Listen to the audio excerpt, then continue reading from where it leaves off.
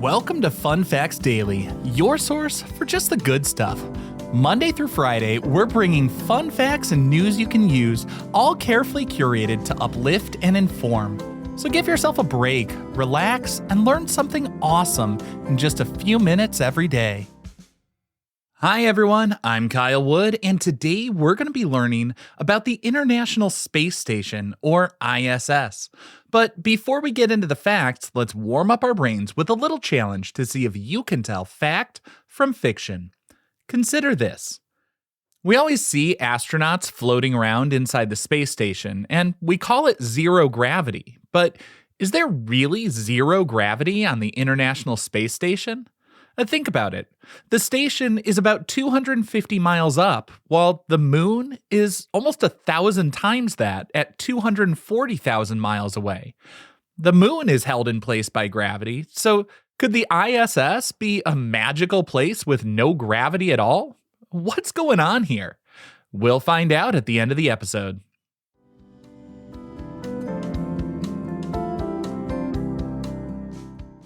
Now for your word of the day. Our word for today is module.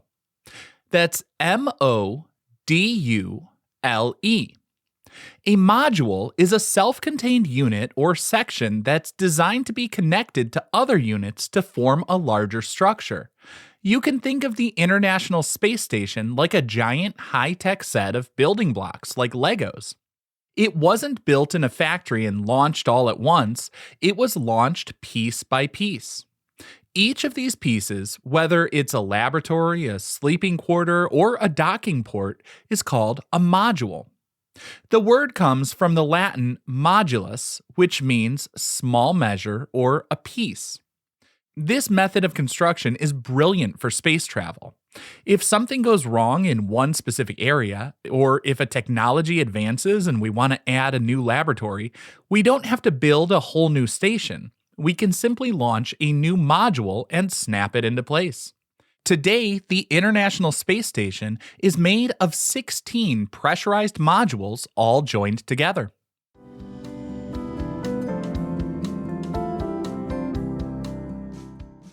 Time for your daily high five, our top 5 fun facts about the International Space Station. Number 1. The International Space Station is about the size of an American football field. When you see the ISS in videos, it can be hard to tell how big it really is. From end to end, the station's main structure, called the truss, is 356 feet or 109 meters long. An American football field, including the end zones, is 360 feet long. So if you placed the ISS on a football field, it would stretch from the back of one end zone to the back of the other. That massive structure includes the living quarters, which are bigger than a 6-bedroom house, and a huge set of solar arrays that power the station. These solar arrays have a wingspan of 240 feet, which is wider than the wingspan of a Boeing 747 jet.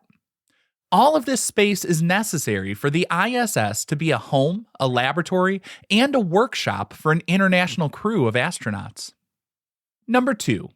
The crew of the ISS sees 16 sunrises and 16 sunsets every single day.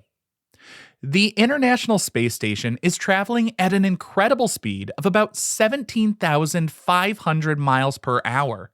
To put that in perspective, that's about 5 miles a second.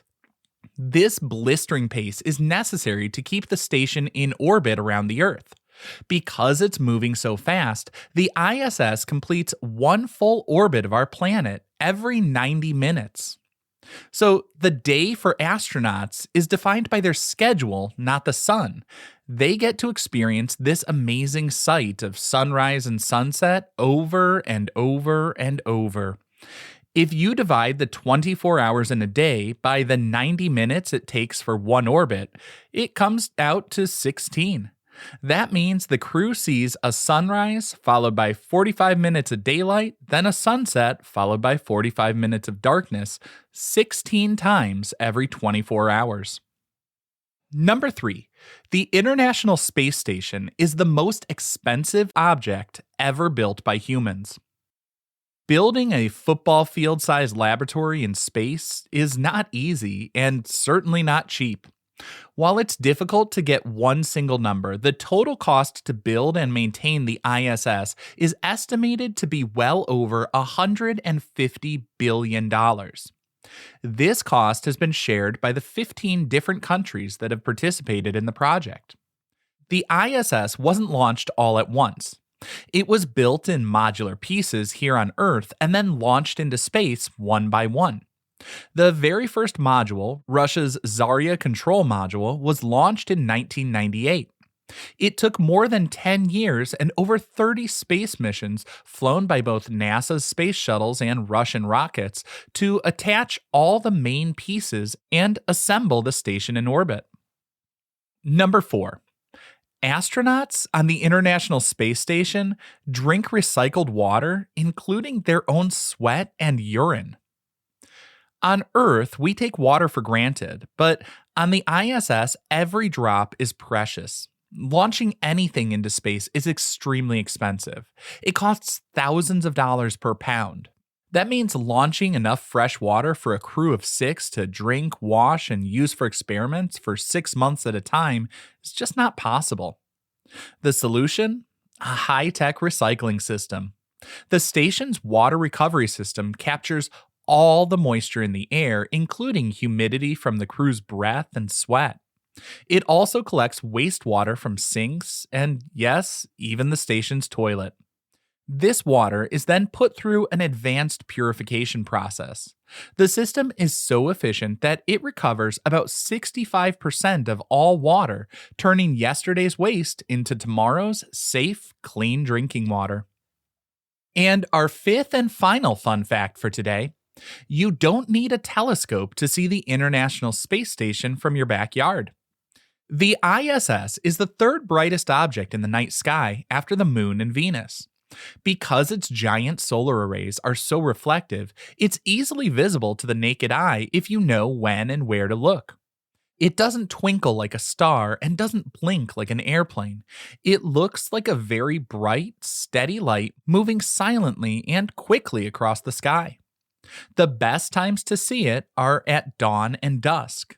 This is because the sun has already set or hasn't risen for you on the ground, so the sky is dark. But 250 miles up, the ISS is still high enough to be bathed in bright sunlight, which reflects down to you.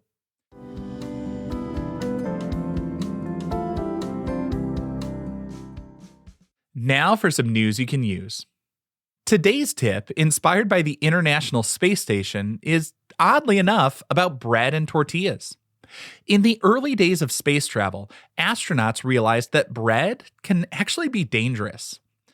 In a microgravity environment, crumbs float everywhere. They can get in your eyes, clog air filters, or damage sensitive electronics. So NASA switched to tortillas because they don't crumble. You can use this same trick for your next road trip or picnic. If you want to keep your car clean or avoid a mess on the go, try making peanut butter and jelly roll-ups or deli wraps instead of standard sandwiches. It'll keep the crumbs off your car seats just like it keeps them out of the space station's air vents. It's a simple switch that can save you a lot of headaches and cleanup.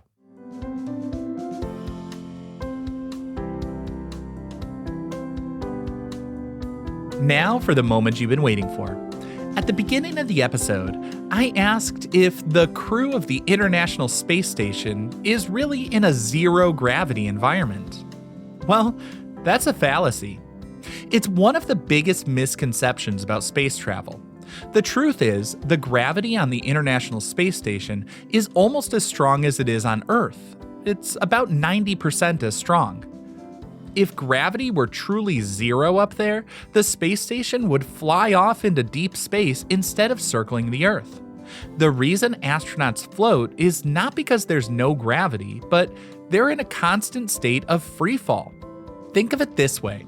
If you jump off a diving board for that 1 second before you hit the water, you feel weightless. The ISS is doing the same thing, but it's moving sideways just incredibly fast, 17,500 miles an hour. So as it falls towards the Earth, it keeps missing the planet. This state of constant freefall creates the feeling of weightlessness. Scientists call it microgravity. Micro means very small, so it describes the environment where the effects of gravity feel tiny, even though gravity is still holding the station in place. Now, I hope you enjoyed learning a bit about the International Space Station with me today. Be sure to tune in every weekday for even more fun facts. Fun Facts Daily is an Airwave Media podcast. It was written, recorded, mixed, and edited by me, Kyle Wood. Thanks for sharing a part of your day with me. Be sure to follow Fun Facts Daily on your favorite podcast app so you can keep the good stuff coming your way every day. And if you like the show, please do me a favor and leave a kind rating, review, or just tell your friends about it.